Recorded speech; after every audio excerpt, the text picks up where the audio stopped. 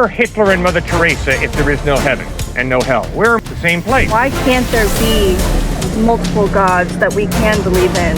And why can't there be multiple ways into heaven? How do you explain the existence of evil and suffering? I don't know if there's a God or not. It could just be the existence of good and evil that just exists.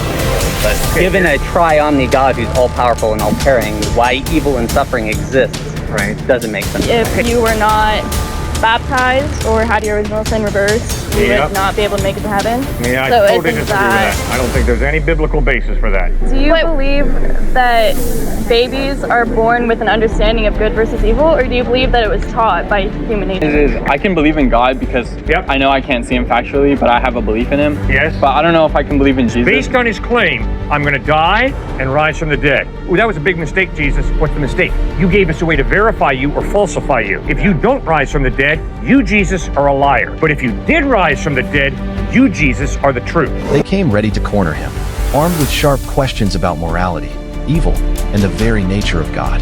One student doubts Jesus. Another questions the reality of heaven and hell. Others wonder, if God is real, why so much suffering? But Cliffe Knechtle doesn't flinch. In the debate that took the internet by storm, Cliffe takes on a crowd of brilliant students and defends the faith with logic, clarity, and bold conviction. You're about to witness one of the most intense campus debates on Christianity ever recorded. And trust me, it gets deeper with every question. Stay locked in. This is the moment Cliffe made history. Why can't there be multiple gods that we can believe in? And why can't there be multiple ways into heaven? Good. There can be. But you see, what you've got to answer, ma'am, is why would you believe in heaven? Have you ever been there? Neither have I. So in light of the fact you've never seen heaven, why would you as a thinking human being believe there's a heaven?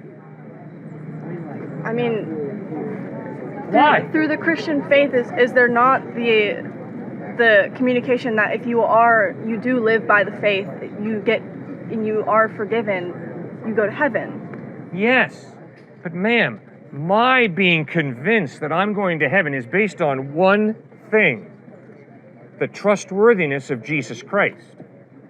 Because I've never been to heaven. So I don't know if there's a heaven or not from my experience. And I can promise you, Austin is not heaven. Okay? It's a very nice place, but it's not heaven. Right. Okay? So you see, ma'am, when it comes to heaven, you're going to have to trust somebody the same way I'm going to have to trust somebody. And the question is, why do you trust whoever it is you trust? So because Muhammad contradicts Jesus, and because Jesus contradicts the avatars of Hinduism, and because the avatars of Hinduism contradict Siddhartha Gautama Buddha, and because they all contradict Baha'i faith, you've got to be on the intellectual level of a cockroach if you say they're all saying the same thing. They're not, ma'am. They're contradicting each other. So either they're all wrong or one of them's right. And now you got to study the Gospels for yourself, Matthew, Mark, Luke, and John, and you got to ask yourself, does the evidence point to Jesus being the truth? And if it does, trust him. But if the evidence is that Christ is a liar, you'd be a fool to trust him. Do not trust Jesus if the evidence is he's a fraud, he's a hypocrite, he's a liar. Don't trust him. But if the evidence is he's totally reliable, if the evidence is he really did die and rise from the dead, then you can trust him, and he's the one who promises heaven to everybody who puts their faith in him. And here's something that my atheist agnostic friends have to acknowledge if they're being intellectually consistent. Because they believe there's no heaven, no day of judgment, that has big implications for now, today.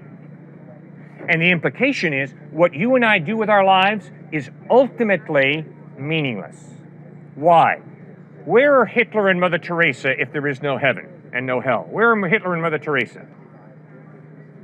The same place. The fertilizer pit. They're decomposing.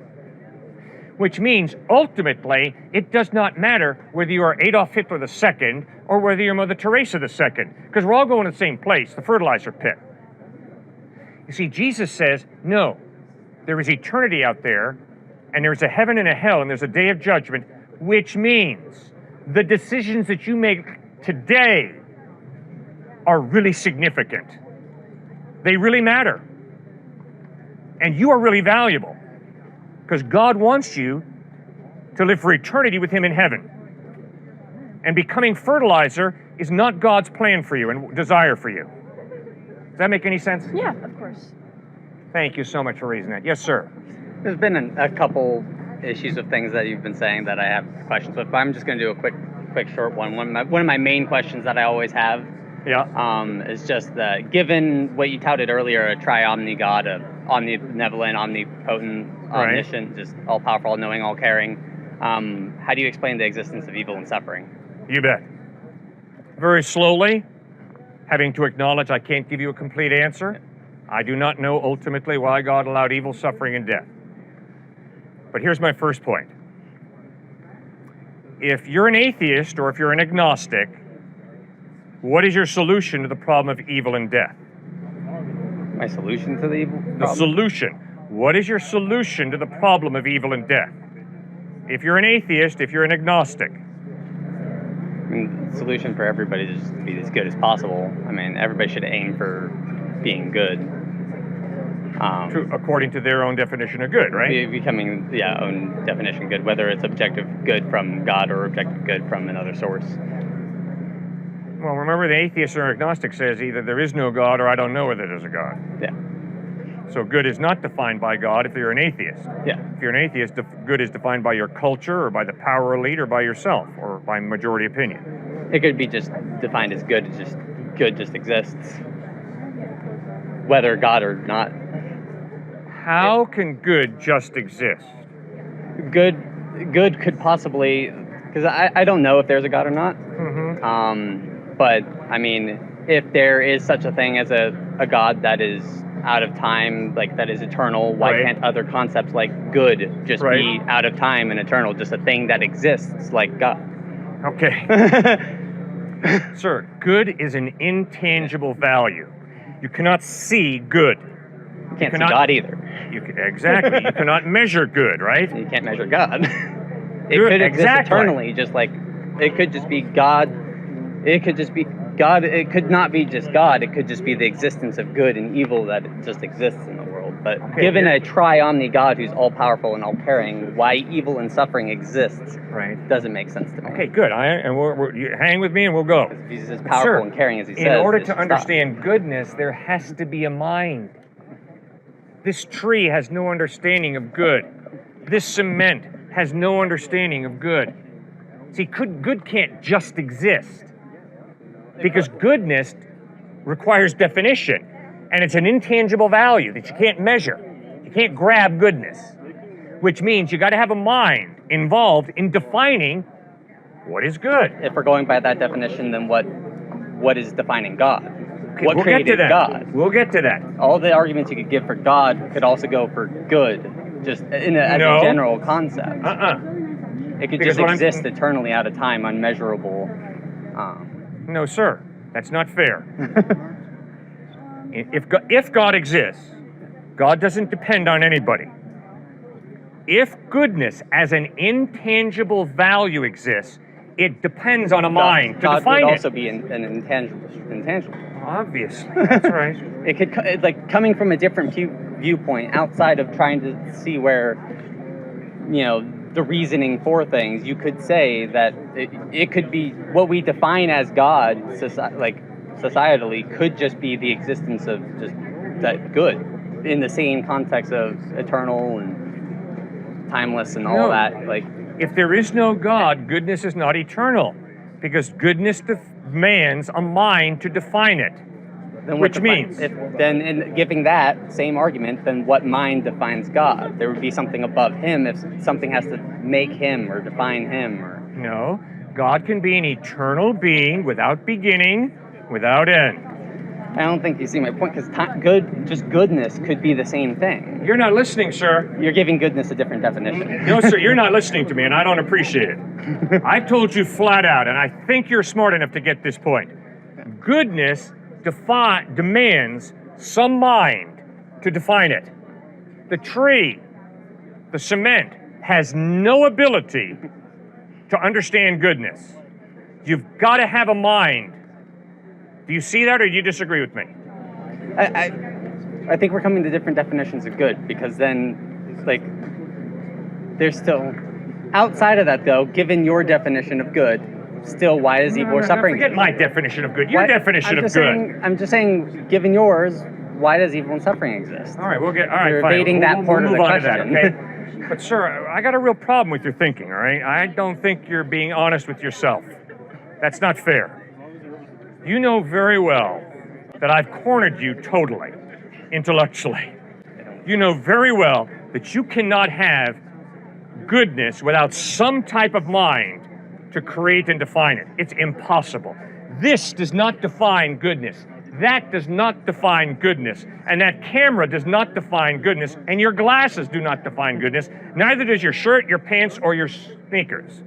You've got to have a mind to define goodness. Sorry, you have no option intellectually. This has nothing to do with God. It has nothing to do with Jesus. It has to do with simply thinking fairly. All right, moving on to next.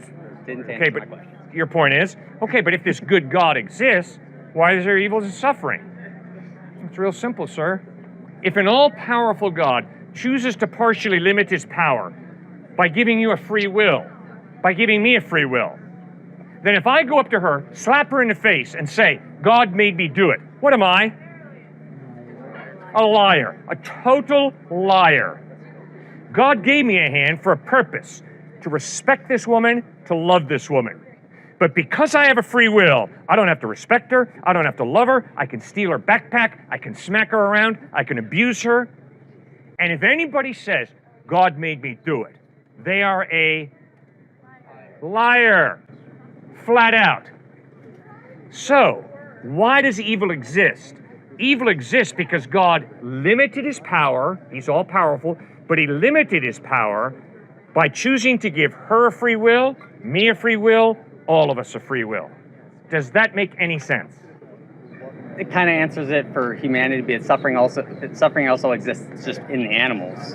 Good. Like, why does a zebra deserve to get its throat crushed to death by a lion? Like, Good. how is that caring or just? Like, coming from a Christian standpoint, we have sinned as humans, coming from the Christian standpoint, so Yeah. we are, we have free will and we can make mistakes and all that. Yep. But why have animals just, not have their perfect little ecosystem where nothing has to suffer and only Okay, humans good. suffer? Very good.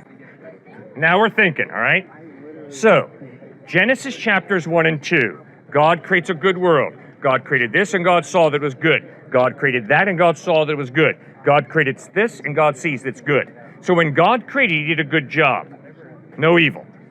But Genesis chapter 3 records how human beings rebel against God.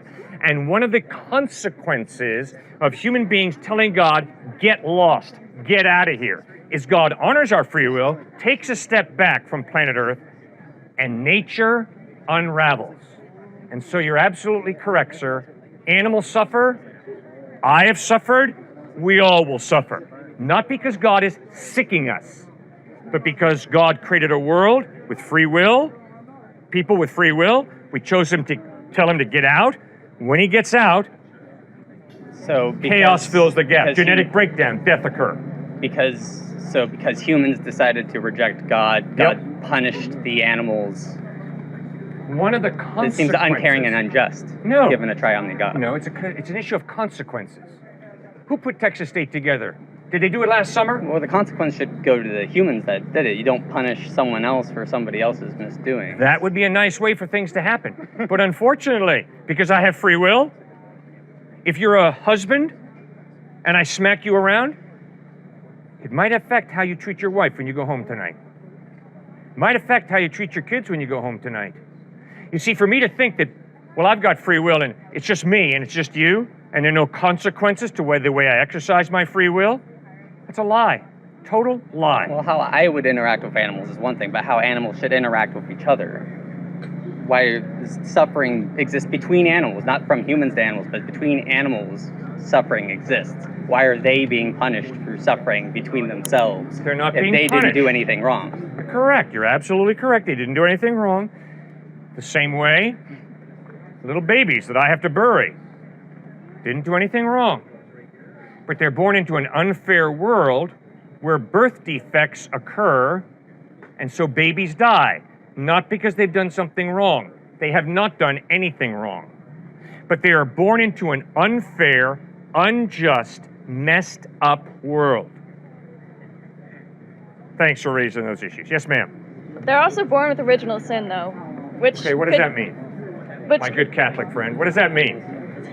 it means that as a consequence of, correct me if I'm wrong, but as a consequence of Adam and Eve eating the apple, all the following children would be born with this original sin that would have been an effect of mankind previously, correct? Okay, maybe. And at least also the way I was brought up was Yes. that if you were not baptized or had your original sin reversed, you Yep. would not be able to make it to heaven. Yeah, I So totally isn't disagree with that. I don't think there's any biblical basis for that. But wouldn't like original sin be a spiritual birth defect? Good. Ooh, now I think we're onto something here. Okay, so what on earth is original sin? Original sin is simply this. I am born with a readiness to sin factor. Doesn't mean that everything I do is evil. My atheist friends do a lot of good. They've got a conscience. But all of us have sinned. Every atheist, every agnostic, every Christian, Jew, Buddhist, Hindu, we all have sinned. Part of the reason we have sinned is because we're born with a readiness to sin factor. Let me give you an example. When I was 4 years old, I was in a sandbox playing, and my friend had the audacity to hurt me. So very naturally, I took up the metal truck, and I said, "Really?" Bam! Never seen that behavior model before, but I very naturally took up the metal truck, slammed it on my playmate's head, and it wasn't pretty. I am a sinner. That's my son over there, walking this way. He used to sit on a baby chair. I would put a glass of grape juice in front of him, and I would say, "Stuart, do not knock this glass of grape juice off this tray." And with a smile from this ear to this ear, he would backhand that glass of grape juice off the tray. He was born a sinner, same way as old man, me, was born a sinner. Now, what does that mean? It means we have a readiness to sin factor. But we cannot blame our sinful nature for what we do, because we still have a free will.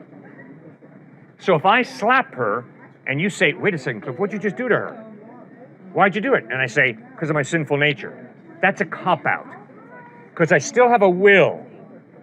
And you see, here's the challenge. The challenge for me is to overcome my sinful nature with my will and make responsible decisions. And that's why the whole line of thinking at Texas State University, which is, "I was born with this desire, therefore it's good," is a crock.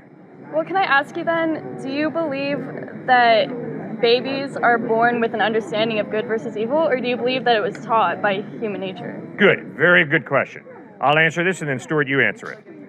I am convinced that my little granddaughter, who is 6 months old, his daughter, has no understanding of what good and evil are. But I am convinced that when she comes of age, and I think for different people that's different, she will develop her own understanding of good and evil. Will that understanding be heavily influenced by her environment? Yes, ma'am. Will her understanding of good and evil be limited by her environment? No. Once again, smack. Sorry you're getting hit so many times today. You ask me, "Cliff, why'd you do it?" And I say to you, because I grew up in an environment that taught me that women who wear this color sweatshirt deserve to be smacked. It doesn't cut it. Because although my environment taught me that, I still have a conscience, a rational mind, and I am responsible before God to exercise that and to contradict my culture, to contradict my environment when I begin to realize my environment is wrong. Let me give you one quick example. Yeah, no, go ahead. I played major college basketball. I was the worst guy on the team. I had good seats for every game. But I can promise you, almost, not everybody, but almost every guy who I played college basketball with had a very clear understanding of what human sexuality was all about.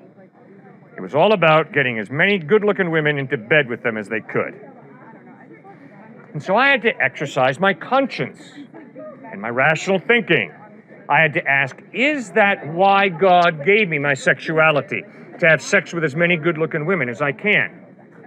And was it tempting to follow their example? I mean, that's the environment. I mean, shoot, we flew on a jet to different, played against UCLA, St. John's, NC State, Wake Forest. I mean, we were high flying. Okay, and so we all knew what we did at night.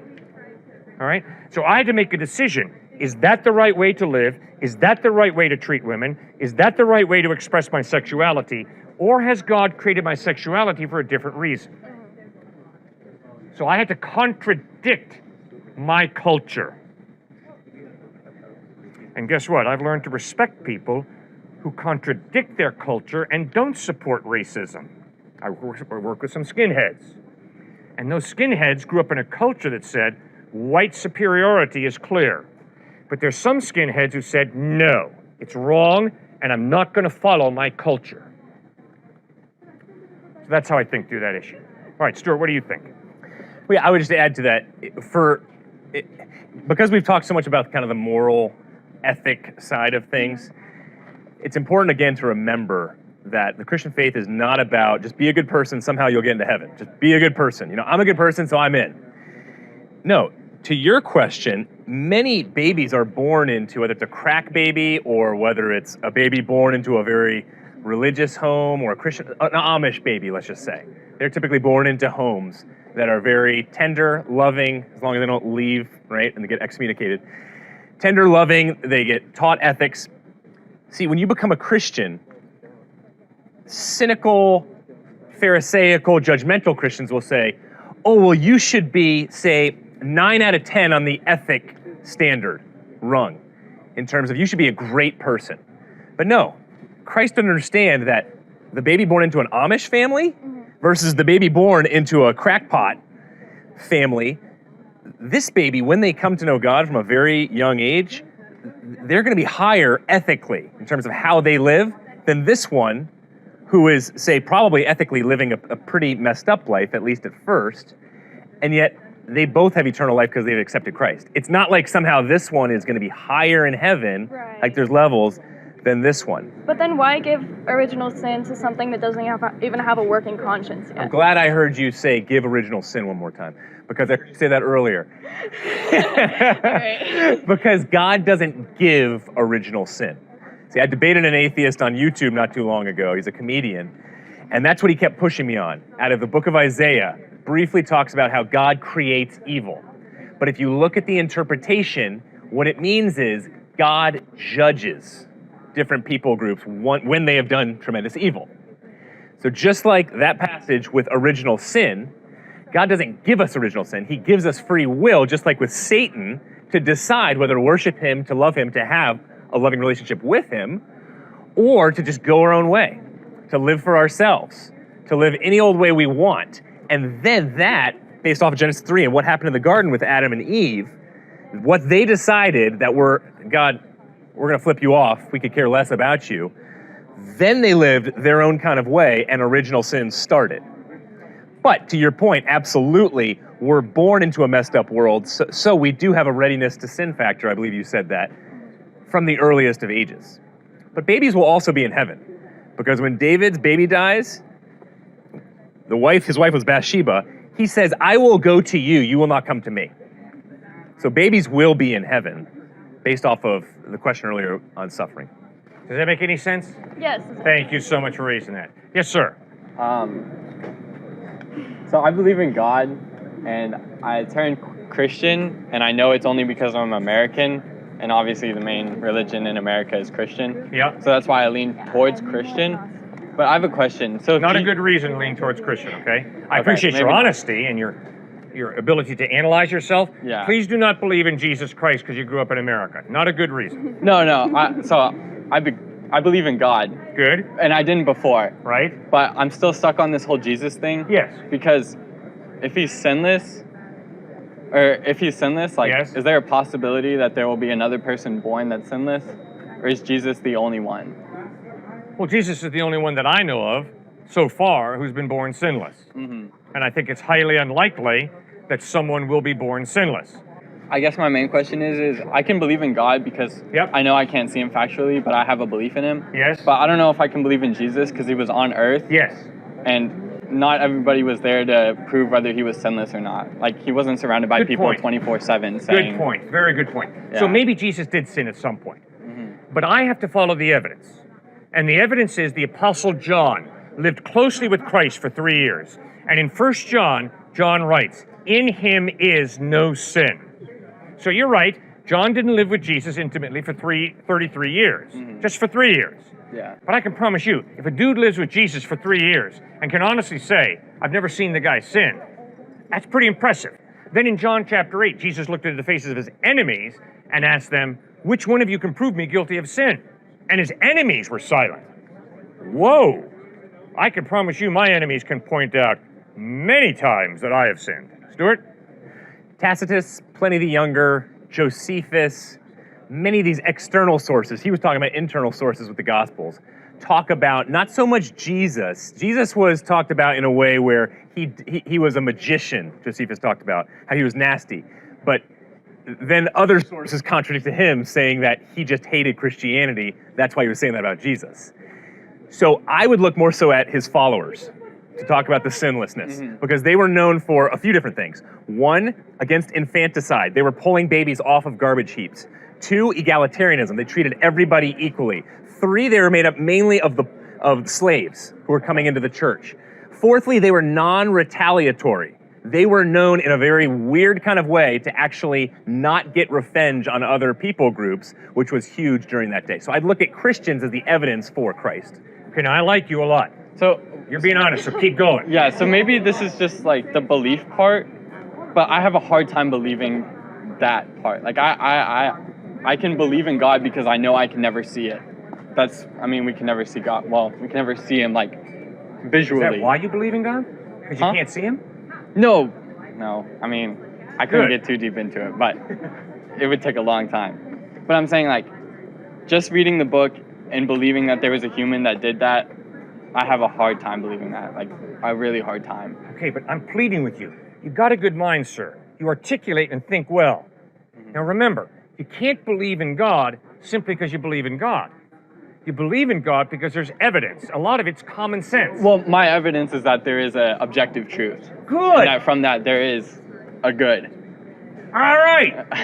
But I don't see Jesus in all that. I don't Okay, see all the right. equation of that. Okay, but remember, we're starting off then with defining faith. You don't believe in God simply because you believe. No. You believe in God because there's evidence that God exists, right? Yeah. Okay, excellent. Now just do the same thing with Jesus. Read the Gospels, Sure. Yes. and yes, it's going to be different. The evidence that God exists is not historical. It's philosophical. Right. You see order and design, points to a designer. You see a moral absolute, an objective moral, points to a moral lawgiver. Okay, you've got your evidence. Now, when it comes to Jesus, it's not going to be philosophical. Why? Because he claimed to be God in human form. But I like that, because that means we can historically analyze Christ. Which is why Paul writes in 1 Corinthians 15, if Jesus Christ is not risen from the dead, we're idiots for believing in him. Because the veracity, the truthfulness of Christ is based on his claim, I'm going to die and rise from the dead. Ooh, that was a big mistake, Jesus. What's the mistake? You gave us a way to verify you or falsify you. If you don't rise from the dead, you, Jesus, are a liar. But if you did rise from the dead, you, Jesus, are the truth. They asked tough questions, and Cliffe didn't dodge a single one. From the existence of evil to the exclusivity of Jesus, this debate didn't just showcase strong arguments. It invited a deeper search for truth. Because in the end, this isn't just about theology, it's about eternity. So where do you stand? Drop your thoughts in the comments. And if you're hungry for more real conversations about life, God, and truth, make sure to subscribe and join the journey.